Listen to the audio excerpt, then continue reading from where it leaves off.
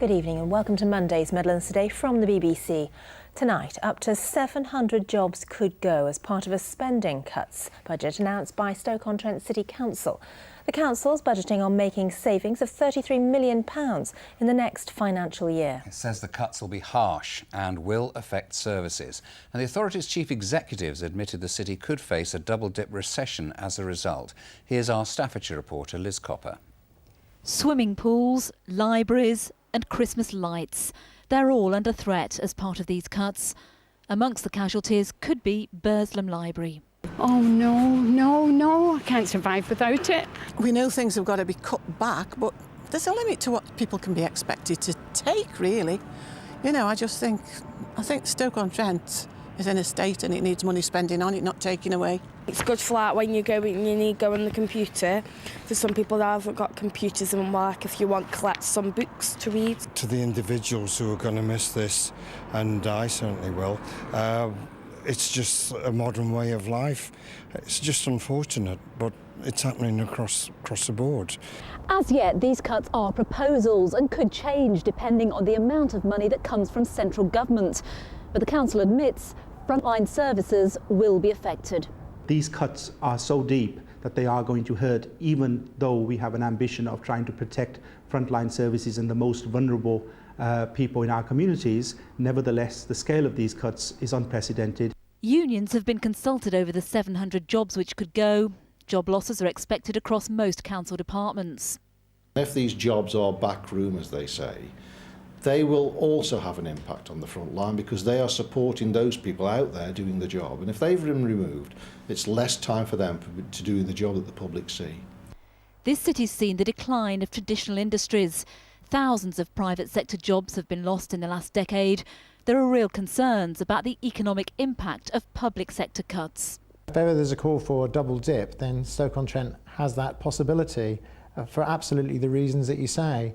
I think it's highly unlikely that in the short term we can find the private sector investment to fulfil the job losses that we may have to suffer. Medium to long term, hopefully we can, but short term it's going to be incredibly challenging. In a city that's felt the demise of so much industry, more job cuts will have a harsh effect. Final decisions on cuts will be made in the new year. Liz Copper, BBC Midlands Today, Stoke-On-Trent.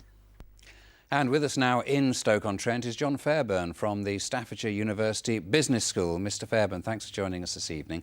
Cuts obviously inevitable in the public sector, but 700, were you expecting that many? No, not really. I think that's quite a body blow to the local economy, and you can only hope that it stops at 700. It could well be more with time. And they're hoping to avoid compulsory redundancies, but can they?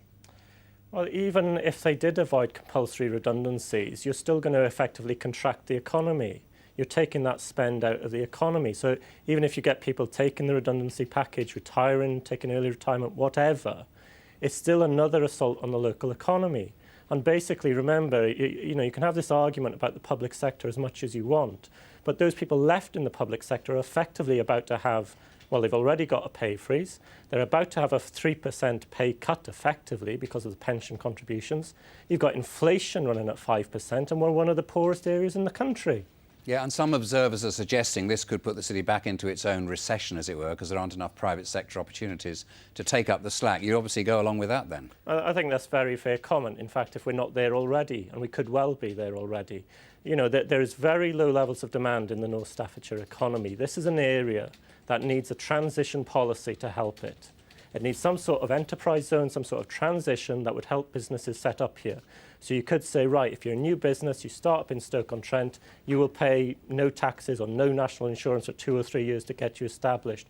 Something is needed in this region, in a region which has higher levels than normal of people on benefits, who are also facing cuts, higher numbers in the public sector, we're cutting already, and we're also losing money that we used to get through the Regional Development Agency as well. John Fairburn, we'll have to leave it there. Thank you very much indeed. Thank you. Thank you. You're watching Midlands Today.